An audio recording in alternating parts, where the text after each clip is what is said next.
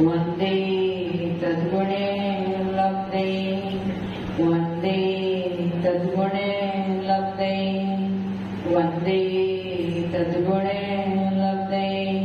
जीव मंच परमेश्वर भगवान की, देवादिदेवादिनाथ भगवान की, अंतिम शासनपति महावीर स्वामी भगवान की, परम पूज्य अजय गुरुदेव श्री आदि सागर महावीर कीर्ति विमल सागर सरस्वती सागर जी महाराज की, परम पूज्य अजय गुरुदेव श्री सुंदर सागर जी महाराज की, द्वादशांग चिन्वाणी माता की।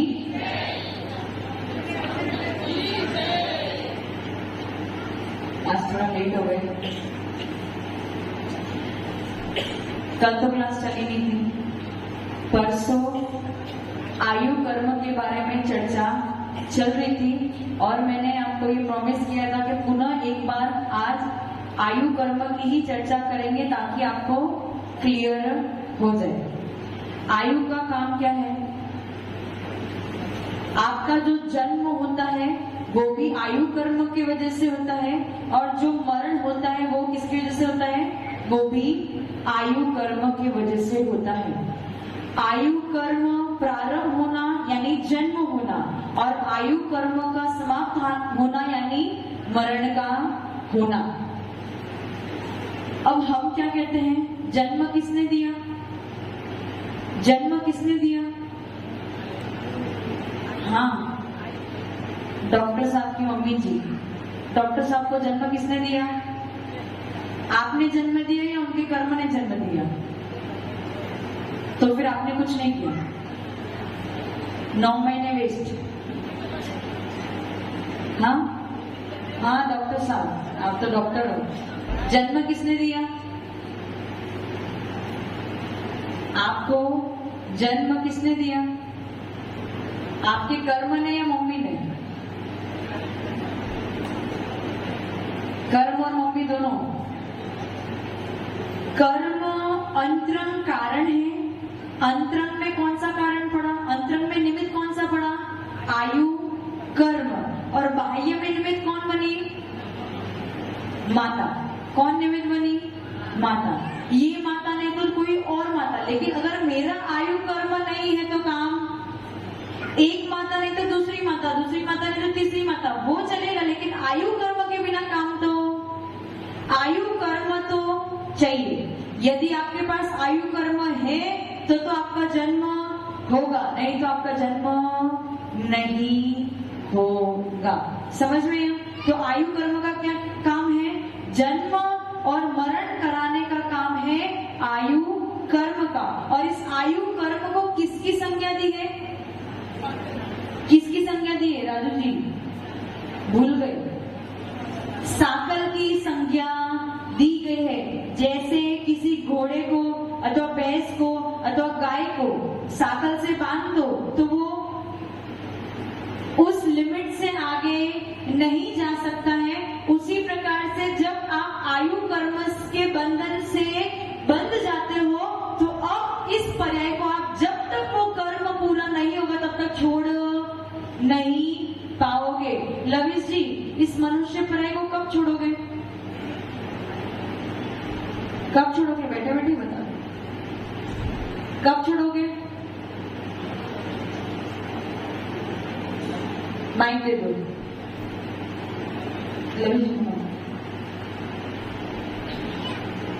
इस मनुष्य पर्याय को कब छोड़ोगे? जब आयु पूरी हो जाएगी तो इस मनुष्य पर्याय को छोड़ दोगे। मतलब अभी आपको साकल से बांध के रखा है कि आप चाहो तो भी इस पर्याय को छोड़ नहीं सकते हो। जब तक आयु कर्म पूरा नहीं होगा तब तक इस पर्याय को छोड़ नहीं सकते। इसका स्वभाव कैसा है? साकल के समान। अब बताओ, आप लोग मरण होने पर क्या करते हो? क्या करते हो? किसी का अपना प्रियजन का मरण हो जाए तो क्या करते हैं? रोते हैं। लेकिन उस प्रियजन की आत्मा ने उस साकल को तोड़ दिया और दूसरी जगह पे उसने, उसका गमन दूसरी जगह पे हो गया। लेकिन तकलीफ किस बात की है? उसने ये साकल तो तोड़ दी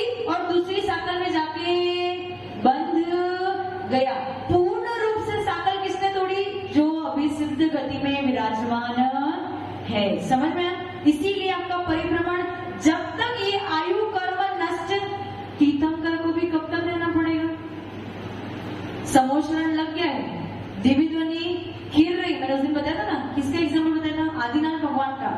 आदिनाथ भगवान से उनके जो बेटे थे बाहुबली भगवान और अनंतवीर्य, उनकी आयु कम थी, आदिनाथ भगवान की आयु ज्यादा थी, लेकिन अनंतवीर्य और बाहुबली आदिनाथ भगवान से पहले ही मोक्ष गति को प्राप्त हो गए थे, जबकि आदिनाथ भगवान तीर्थंकर, प्रथम तीर्थंकर होने के बावजूद प्रथम मोक्षगामी जीव नहीं बन पाए। प्रथम मोक्षगामी जीव कौन है, उनके बेटे अनंतवीर्य है वो, जबकि वो प्रथम तीर्थंकर है, फिर भी ये सौभाग्य उनको प्राप्त।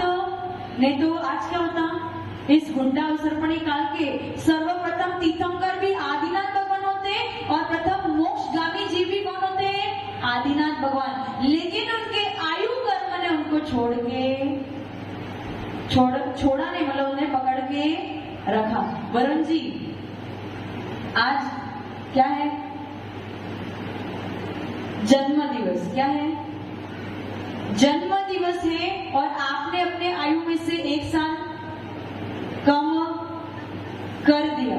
हम उसे खुशी में मनाते हैं, लेकिन कल्याणक और महोत्सव किसके बनाने चाहिए, साधु संतों के बनाने चाहिए, तीर्थंकर भगवान के बनाने चाहिए, कि वो उन्होंने इस भूमि पे अवतरण लिया और इतने लोगों का कल्याण किया। समझ में है, समझ में। बाकी आप लोग के लिए तो क्या है, बीतता हुआ समय है, समय जा रहा है, और इसी रफ्तार से जाते जाते एक दिन आपका आयु कर्म भी खत्म हो जाएगा और पंछी उड़ जाएगा। ये समझ में आ गया। हाँ, राजेंद्र जी,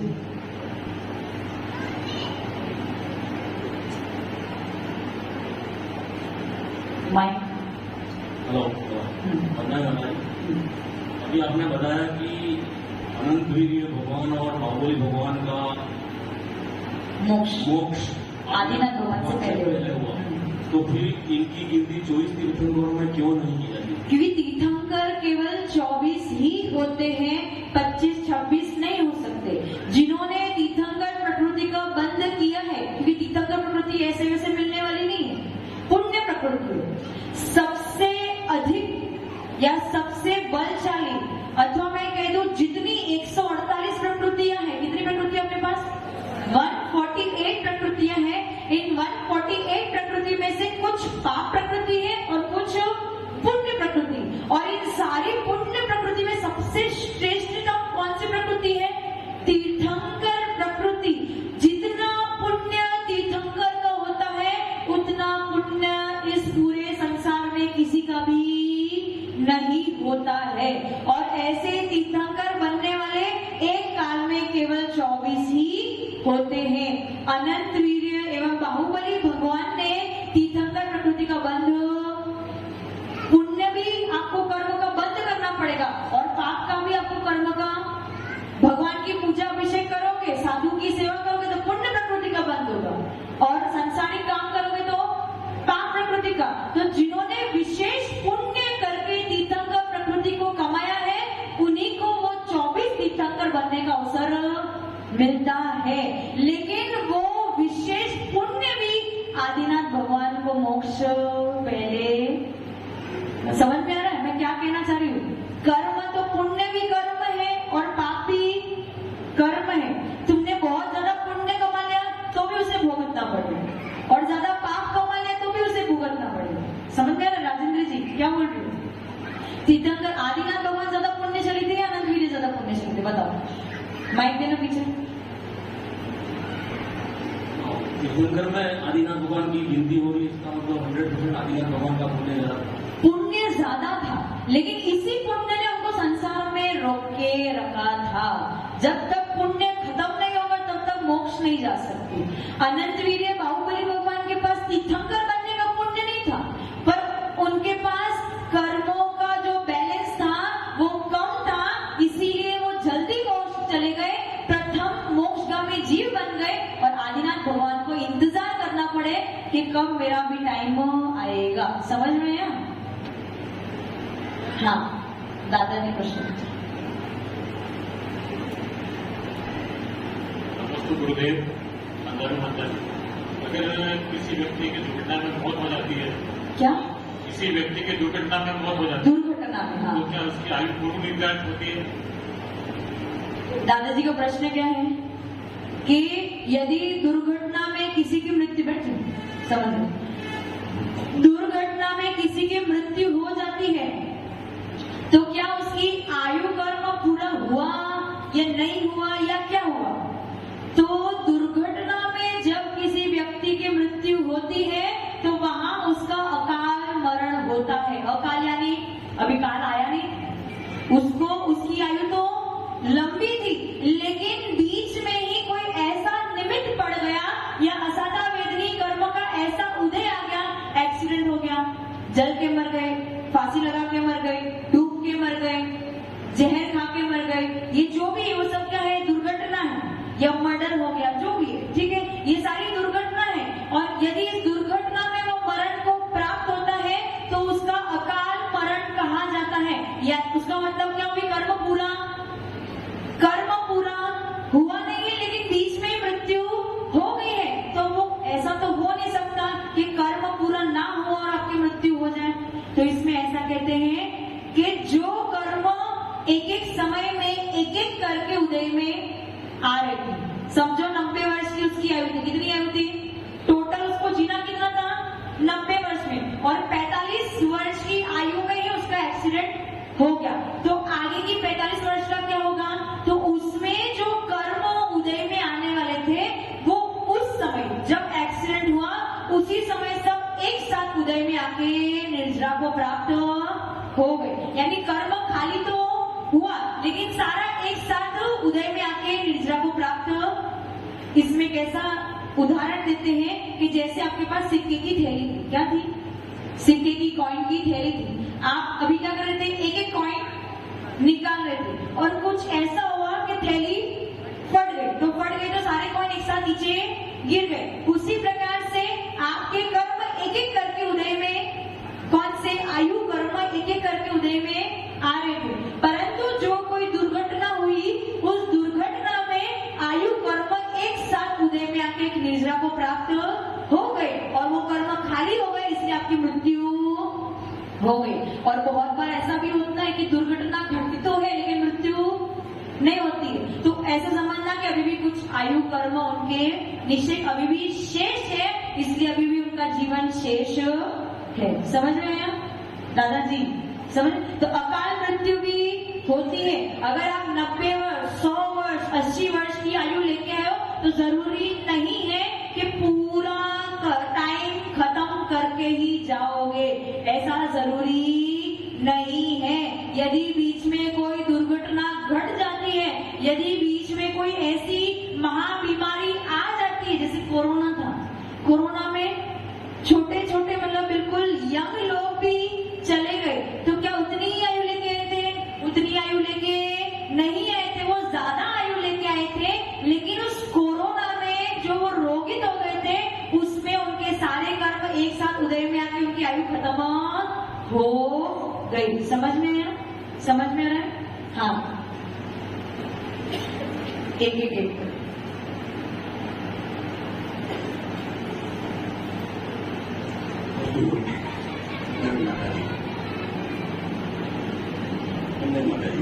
दो प्रश्न है। पहला प्रश्न ये है कि व्यक्ति के जीवन में जो आयु है उसके जीवन में उसके कितनी बार कर्म बंद होते हैं? क्या? व्यक्ति के जीवन में जो उसकी आयु है, हाँ, उसमें उसके कितनी बार कर्म का बंद होता है उसका? कर्मों का बंद? एक प्रश्न भी है। एक मिनट, कौन से कर्मों का बंद?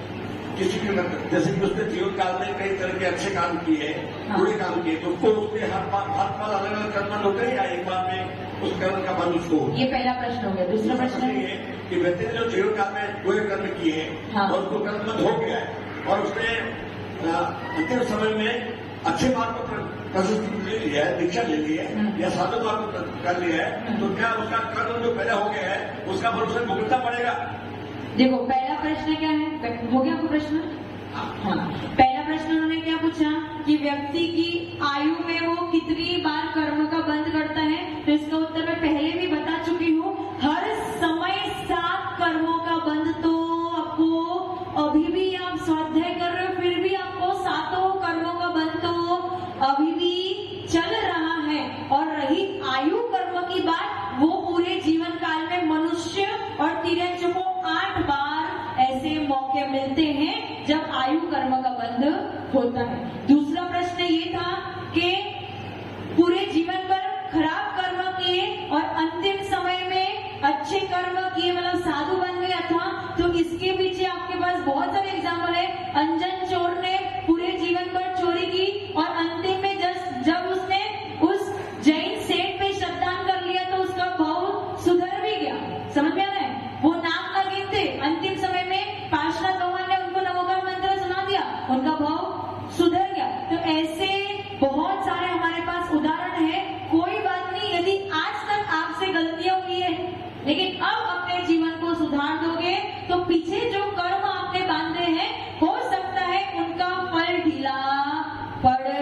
जाए। उनको कर्म जो आपने बांधे ऐसा सोचना नहीं कि जो मैंने एक बार बांध दिया बस अब मुझे भुगतना ही है, उसे आज भी आप अपने पुरुषार्थ के बल पे ढीला कर सकते हो। इसलिए हमेशा अपनी विशुद्धि को बढ़ाओ, अपने परिणामों को उज्जवल बनाओ और देव शास्त्र गुरु के प्रति समर्पित रहो। यदि देव शास्त्र गुरु के प्रति समर्पित रहोगे तो कितने भी बड़े बड़े कर्म बांधने होंगे वो भी छोटे रूप में उदय में आके आपको फल देंगे। समझ में आ गया? हाँ, पीछे मेरे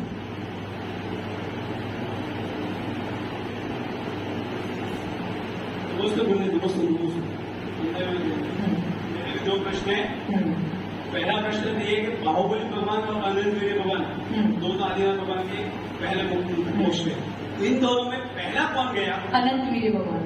तो वो प्रथम तो वही हुए ना? हाँ, प्रथम मोक्षगामी वो हुए, लेकिन बाहुबली भगवान भी आदिनाथ भगवान से पहले मोक्ष गए। दूसरा प्रश्न ये, अभी ऐसा होता है, सुनने में आता है कि एक बार जीव चला गया फिर वापस आता है, उसका क्या कारण है? वो मतलब मृत्यु हो गई जीव की, वो शरीर छोड़ दिया और वापस कुछ समय बाद वापस उसमें दर्शन आ जाती है, उसका कारण? दादाजी क्या प्रश्न पूछ रहे? ऐसा बहुत बार सुनने में आया है कि किसी का मरण हो गया, वो चला गया और वापस लौट के आ गया, तो ऐसा नहीं हो सकता। हमारे यहाँ पे मारणांतिक समुद्घात नाम की एक चीज होती है जिसके बारे में आप समझ नहीं पाओगे, लेकिन फिर भी मैं समझाने की कोशिश करूंगी। ऐसा होता है कि जीव मरण से अंतर्मुणन पहले उसका आत्मा के प्रदेश, जीव के आत्मा के प्रदेश इस शरीर से बाहर गमन करते हैं और जहां उसे नया जन्म लेना है वहां पे छू के पुनः लौट के वापस अपने शरीर में समा जाता है। अब आप सोचते हैं कि उसके हार्ट बीट बंद हो गया, नाड़ी बंद हो गई, वो आप पकड़ नहीं सकते, अभी भी वो जिंदा है, उसका आयु काल अभी भी शेष है। वो आपकी अज्ञानता है कि आप उस सूक्ष्मता को पकड़ नहीं सकते हैं। समझ में आया? ऐसा होता है और वो समुद्घात बड़ा चैप्टर है, बस उसे छोड़ दो। इतना समझ लो कि जिसकी बहुत तीव्र इच्छा होती है या लालसा होती है जानने की कि मेरा अगला जन्म क्या होगा, वो मरने से एक अंतर्मुणन पहले मारणांतिक समुद्घात करता है, जहाँ पे उसके आत्मा के प्रदेश पूर्ण रूप से नहीं, कुछ प्रदेश, अगर पूर्ण रूप से आत्मा के प्रदेश शरीर से बाहर निकल जाएंगे तो आपको पूरा मरण हो जाएगा। पूर्ण रूप से नहीं, कुछ प्रदेश आत्मा के शरीर से बाहर जाते हैं, किस तरफ गमन करते हैं, जहां उसे नया जन्म लेना है, वहां उस स्थान को देख के छू के पुनः लौट के शरीर में सर और बस, और उसके बाद में उसका पूर्ण रूप से मरण होता है। ऐसा कभी कभार होता है कि बिल्कुल व्यक्ति बिल्कुल अनकॉन्शियस हो गया, समझ में नहीं आ रहा, हम सोच लेते कि उसका मरण हो गया, और फिर उसके बाद जब वो जिंदा, आपको ऐसा लगता है कि वो जिंदा हो गए और 10 साल उसने बिता दिए, तो ऐसे समझना नहीं कि उसका मरण हो गया या आयु कर्म पूरा हो गया। उसका मरण नहीं हुआ है, बस इतना है कि उसकी जो नाड़ी है या जो उसकी धड़कन है वो आप पकड़ नहीं सकते, लेकिन सूक्ष्म रूप से वो अभी भी चल रही है। ऐसा नहीं हो सकता है कि किसी जीव का मरण हो गया और वापस वो जिंदा हो गया, ऐसा 3 काल में भी नहीं हो सकता है। समझ में आ गया? हाँ, वस्तुपाल जी कुछ प्रश्न पूछ रहे थे।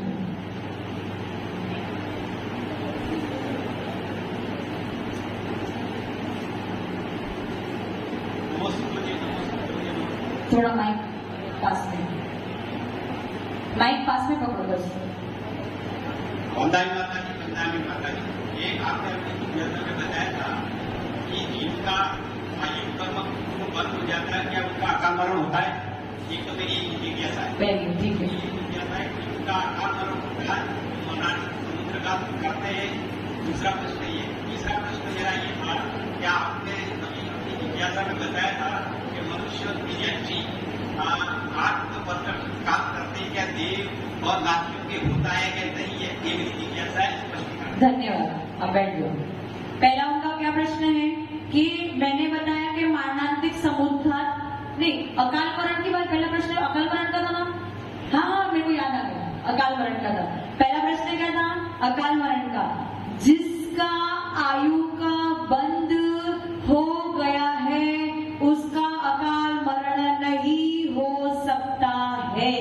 यदि आपने एक बार आयु का बंद कर लिया, अकाल मरण किसका होगा?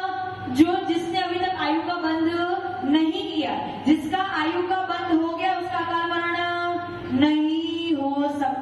है। मतलब जो अपन कहते हैं ना सीनियर सिटीजन है, उनका मोस्ट प्रोबेबली आयु का बंध हो गया। और अगर ऐसे सीनियर सिटीजन वालों का भी अकाल मरण होता है तो मानना कि जो 8 मौके मिले थे ना, अभी उनका आयु का बंध हो नहीं पाया है। क्योंकि मैं पहले ही बता चुकी हूँ कि 8 मौके जो मिलते हैं उसमें प्रथम मौके में ही आयु का बंध हो जाए जरूरी नहीं, बस आपको मौके मिले हैं, इस 8 में से किसी एक में ही आपका आयु का बंध हो सकता है। तो पहला नियम क्या है? जिसने आयु का बंध कर लिया उसका अकाल मरण नहीं होगा। अब पहली बात ये, अकाल मरण किसका होगा? जिसका आयु का बंध नहीं हुआ। जैसे कोई छोटा बच्चा है पानी में गिर गया, अभी उसकी आयु तो मरने की है नहीं, आयु तो लंबी है, लेकिन पानी में गिर गया। अब पानी में गिर के क्या बोलते हैं, सांस उसकी रुकने लगी, अभी उसका आयु का बंध हुआ नहीं है, पर अब मरण पक्का होगा। तो बस मरण से अंतर्मुहूर्त पहले ही, बहुत छोटे अंतर्मुहूर्त पहले ही आयु का बंध होगा, और आयु के बंद होते ही उसका मरण हो जाएगा। तो वहां उसके पास मारणांतिक समुद्घात करने का समय नहीं रहेगा। दूसरा प्रश्न हो गया, समझ में आया मैंने क्या बोला? जैसे कोई छोटा बालक है, पानी में गिर गया या जल गया या जो भी हुआ, ठीक है, तो अब उसके पास समय तो है नहीं, अब पहले उसको क्या करना? आयु का, क्योंकि उसका मरण होने वाला है, आयु का बंध उसने पहले किया नहीं, और आयु बंध के बिना मरण होने वाला, क्योंकि आपको डिसाइड तो करना पड़ेगा ना कि अगले भाव में कहाँ चलोगे, जाओगे कहाँ पे, बीच में लटकना थोड़ी ना है। समझ में आ रहा है? आपका डिसाइड कब होगा? इसी भाव में होगा या अगले भाव में होगा? कहाँ जाना है वो कहाँ पे डिसाइड होगा अमित जी? इसी भाव में। आपको अगले भाव में कहाँ जाना है ये इसी भाव में डिसाइड होगा। कोई व्यक्ति छोटी उम्र का है तो अभी उसका आयु का बंध नहीं हुआ, और किसी कारणवश कोई दुर्घटना उसके साथ में घट जाती है, तो दुर्घटना घटने में वो तुरंत उसी समय आयु का बंध करेगा और तुरंत उसकी मृत्यु अंतर्मुहूर्त में। आपको लगेगा कि तुरंत मर गया, लेकिन अंतर्मुहूर्त काल होता है। बहुत ऐसा नहीं होता है एक्सीडेंट हुआ और आप कहते हैं ऑन द स्पॉट, पर वो ऑन द स्पॉट नहीं होता है। वो आपको ऐसा लगता है कि ऑन द स्पॉट हुआ, लेकिन वो ऑन द स्पॉट नहीं होता है। पहले तो वो अंतर्मुहूर्त के पहले आयु का बंध करेगा, अंतर्मुहूर्त निकलेगा, उसके बाद मरण को प्राप्त होगा। डॉक्टर साहब ऐसा कहते हैं ना ऑन द स्पॉट, पर ऐसा ऑन द स्पॉट नहीं होता है। किसने बताया? शास्त्री ने। समझ में? क्योंकि आयु कर्म के बंध के बिना तो मरने वाला जीव है नहीं, और आयु कर्म बंधने के बाद एक अंतर्मुहूर्त वो निकालेगा, उसके बाद ही उसका मरण होगा। दूसरा प्रश्न हो गया वस्तुबल जी। तीसरा प्रश्न क्या था?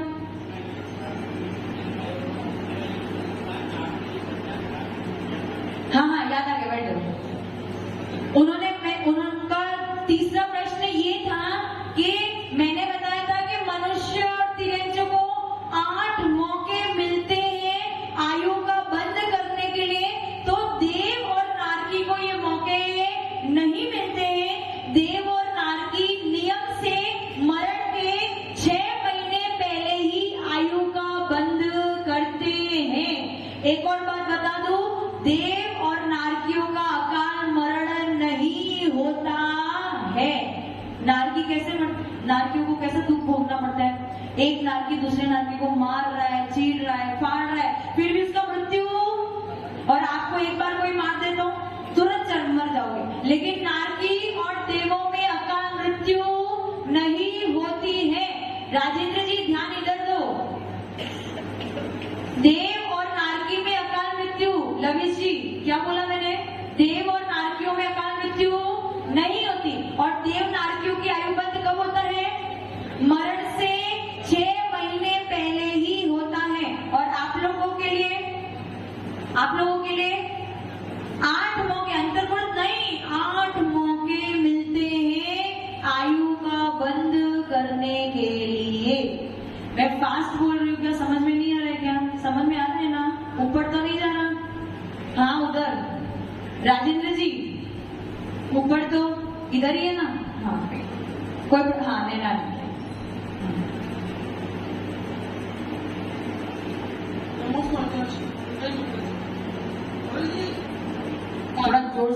पूछो। बंदाई माता जी, हाँ आयु भी 4 होती है और गतियां भी 4 होती हैं। नर गति, तेरह गति, मनुष्य देव, दोनों 4 होती हैं। आयु बंद गति बंद में अंतर क्या अंतर है? दूसरी बात कि जब एक बात कहती है कि आयु का बंद हो जाने के बाद वो फिर छूटता नहीं है, गति का बंद बार छूटता और बनता रहता है, दोनों में क्या अंतर है? ऐसा क्यों? आपका प्रश्न क्या है आगे के टॉपिक से? तो आज मैं बताऊंगी, बता तो दूंगी, लेकिन ये लोग सबके सर के ऊपर चला जाएगा। बता दूंगी, मुझे को कोई तकलीफ नहीं। सुनना चाहोगे? इनका प्रश्न क्या है कि आयु का बंद, मैंने जो बोला कि जीवन में एक ही बार होता है और गति का बंद तो हमेशा होता है। आयु 4 प्रकार की है, गति भी 4 प्रकार की, लेकिन आयु जो बंद है वो कभी बदलने वाला है, जबकि गति बंद तो बदलता रहता है। तो इसका उत्तर मैं अभी संक्षेप में बता देती हूँ, आगे जब बात करेंगे तो विश्लेषण में बात करेंगे। गति बंद आपको अभी भी हो रहा है। दिन में, पूरे जीवन में जैसे जैसे परिणाम, अभी आपके परिणाम कैसे बन रहे हैं? अच्छे बन रहे हैं, बुरे बन रहे हैं? अच्छे बन रहे, तो अब आपको देव गति का बंद हो रहा है। अब जैसे ही घर पे गए, क्रोध के भाव बन गए, वहां पे नरक गति का बंद होगा। उसके बाद सुबह उठ के थोड़े सामान्य से भाव थे, वहां पे मनुष्य गति का बंद। मतलब गति का बंद आपको हर समय हो रहा है, लेकिन आयु का बंद तो केवल 8 मौके ही है। और जो आपने आयु का बंद कर लिया तो आपका अगला भाव फाइनल हो गया। गति बंद से आपका अगला भाव फाइनल नहीं होगा, आयु बंद से आपका अगला भाव फाइनल हो जाएगा। समझ में आया मैंने आंटी? दोनों में अंतर बस ये है कि ये आयु कर्म का भेद है और वो नाम कर्म का भेद है। नाम कर्म का जो गति नाम कर्म का जो बंद होता है वो आपको जीवन काल में हर समय अभी भी हो रहा है, लेकिन आयु बंद आपको अभी नहीं हो रहा है, वो तो केवल 8 मौके में ही होगा। और जो आयु का बंद हो गया वो आपकी फिक्स हो गई, लेकिन गति का बंद तो हमेशा बदलता रहता है। समझ में? हाँ, एक अमित, हाँ बोले बनाए माता जी, अभी पंकज जी ने एक प्रश्न किया था कि कौन पंकज जी? पंकज जी गलत, अच्छा। उन्होंने प्रश्न किया था कि आत्मा एक बार निकल के जाती है और पुनः वापस आती है, उसमें स्पंदन होता है। आपने बताया था कि आत्मा का कुछ भाग, सूक्ष्म भाग उसमें मौजूद रहता है और कुछ भाग उधर जा करके और उसको छू करके वापस आ जाता है। तो आत्मा एक है या उसके अलग अलग कोई पार्ट्स भी है? आत्मा तो एक ही है, कनेक्शन रहता है। आप ऐसा मत सोचना कि आधा आत्मा यहाँ रह गया, आधा आत्मा गमन कर गया, ऐसा नहीं होता है। यहाँ से यदि आत्मा निकलती है तो कनेक्शन के साथ में निकली है। जहाँ पे भी वो गमन करेगा तो पाइप की जैसे गमन, पाइप होता है ना, पाइप कैसा होता है? आधा इधर आधा होता है, पूरा कंटिन्यूस रहता है। बस वैसे ही आपकी आत्मा जो गमन करेगी, यदि यहाँ पे मैं बैठी हूँ और मुझे मरण करके ऊपर जाना है, कहाँ? बिल्कुल इसके ऊपर, ठीक ऊपर जाना है, तो यदि मेरी आत्मा गमन करेगी तो शरीर, अरे बच्चों अभी थोड़ी देर आराम से बैठ जाओ, मैं उत्तर दे दूं, उसके बाद करना बात, ठीक है? आत्मा जब गमन, आपकी जो मारणांतिक समुद्गत होता है उसमें कुछ आत्मा के प्रदेश आपके शरीर में है और कुछ आत्मा के प्रदेश गमन कर जाते हैं, तो उसमें दोनों के बीच में कनेक्शन होता है। जैसे वायर कनेक्शन होता है ना, वायर कनेक्शन कैसे होता है? एक छोर से दूसरे छोर के बीच में वायर होता है। बस ये आपका एक छोर, जहां आपका शरीर बैठा है वो आपका एक छोर, और जहां आपको जन्म ले रहा है वो आपका दूसरा छोर, और इस छोर से उस छोर के बीच में आत्मा फैली हुई है। समझ में आया? समझ में आया ना? सबको समझ में आया? तो कनेक्शन टूटता नहीं है। ऐसा मत समझना कि आधा आत्मा यहाँ पे रह गई और आधा आत्मा ऊपर पहुंच गई, ऐसा नहीं होता। आत्मा के बीच में कनेक्शन, क्योंकि वो पूरी अखंड होती है, उसमें कोई भेद नहीं होते हैं। हाँ, एक बार अभी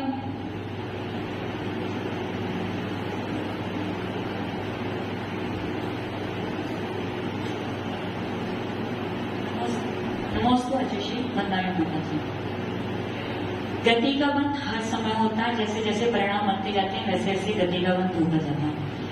आयु का बंद कौन से परिणामों में होता है? उत्कृष्ट संश्लेष परिणाम में होता है, विशुद्ध परिणाम में होता है। मैं पहले ही बता चुकी हूँ उसका उत्तर कि 8 जो मौके मिलते हैं उसमें भी आपको योग्य परिणाम चाहिए। ना उत्कृष्ट लेशा होनी चाहिए, ना जघन्य लेशा होनी चाहिए, मध्यम लेशा के भाव होंगे तो ही आपका आयु का बंध होगा। एक और प्रश्न है, मारणांतिक समुद्घात मरने से अंतर मुहूर्त पहले होता है। तो क्या जब मरणांतिक समुद्घात करने के बाद उसकी आत्मा के प्रदेश उसके मूल शरीर में आ जाते हैं, तो क्या जीव की मृत्यु अंतर मुहूर्त बाद हो ही जाएगी? क्या हो ही जाएगी। और ऐसा भी हो सकता है, बता देती हूँ, ऐसा भी हो सकता है कि वो पूर्ण रूप से उसकी आत्मा के प्रदेश शरीर में पहुंच भी नहीं पाए और बीच रास्ते में उसकी मृत्यु हो गई, ऐसा भी हो सकता है। लेकिन मरणांतिक समुद्घात में के बाद एक अंतर्मुहूर्त तो उसको लगाना पड़ेगा। कुछ प्रश्न ऐसे उठ रहे हैं जो टॉपिक से, मतलब टॉपिक जो मैं आपको पढ़ाना चाह रही हूँ उससे बाहर के, तो हो सकता है उसको उत्तर सुन सुन के आपके भेजे से बाहर चला जाए। पर टेंशन नहीं लेना, धीरे धीरे सुनते सुनते आपको बातें समझ में आने लगेगी। अमित जी,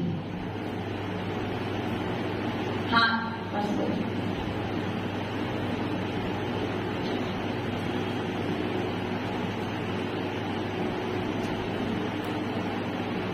आचार्य श्री बसु, मेरा प्रश्न ये है कि काम कुमार अभी जो महाराज जी का जो स्वर्गवास हुआ, तो उनकी जो आयु कर्म थी वो क्या इतनी निश्चित थी कि उनके इस तरह से नशे हत्या होगी, या उनकी जो साधु थे पहले से, तो उन्होंने तो अपना आयु कर्म का बंद कर लिया होगा क्या? अंकल का प्रश्न क्या है? जो महाराज जी के साथ में घटना घटी, क्या उन्होंने आयु का बंद कर लिया था या ऐसे ही निश्चित था उनका मरण? तो मैं आपको बता दूं, उनका आयु का बंद नहीं होना चाहिए। हम केवली नहीं है, अवधि ज्ञानी भी नहीं, मनोपर ज्ञानी भी नहीं है, लेकिन जितना शास्त्र पढ़ते हैं उससे केवल अनुमान लगा सकते हैं कि उनका आयु का बंद अभी नहीं हुआ था, इसीलिए उनका अकाल मरण हुआ है।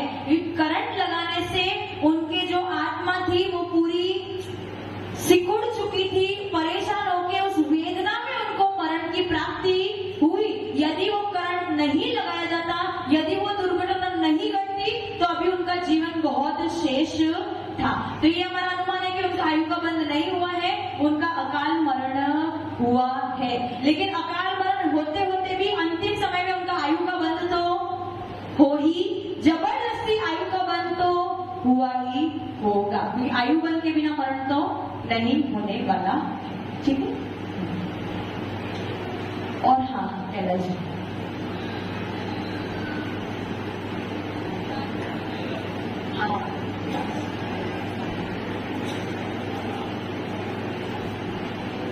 नमस्ते आचार्य श्री, वंदना माता।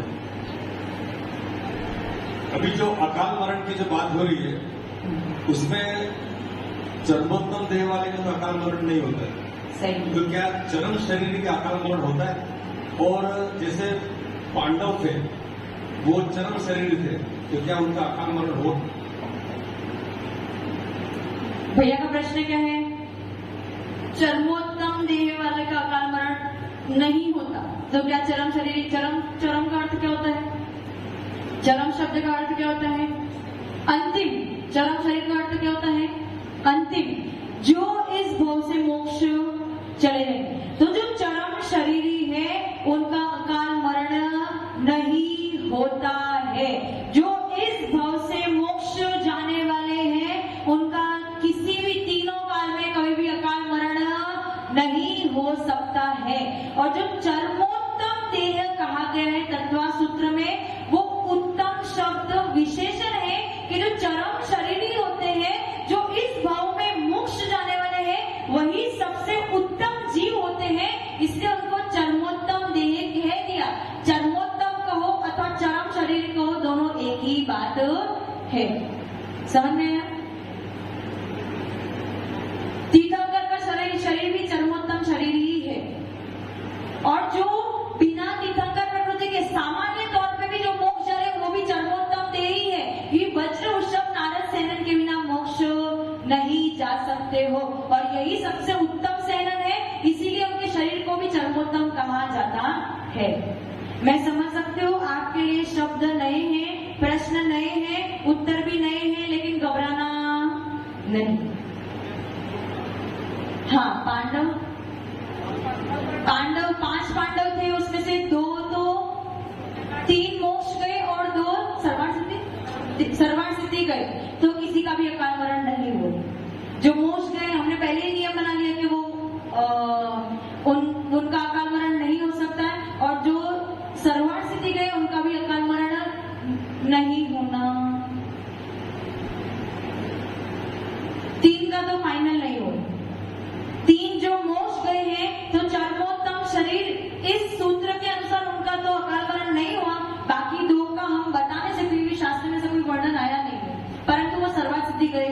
देवगति में गई।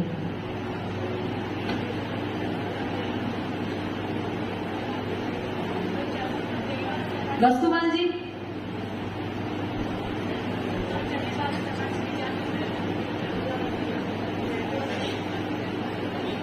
समाधान में आया था कि मरनाथ के समुद्रात में जो आध्यात्मिक प्रदेश जाते हैं, इस जो अगले पल में क्या जन्म लेना वहाँ टच करके आता है, टच करके आता है तो जीव को क्या अनुभव रहता है कि उस भाव में जा रहा है। हाँ बिल्कुल।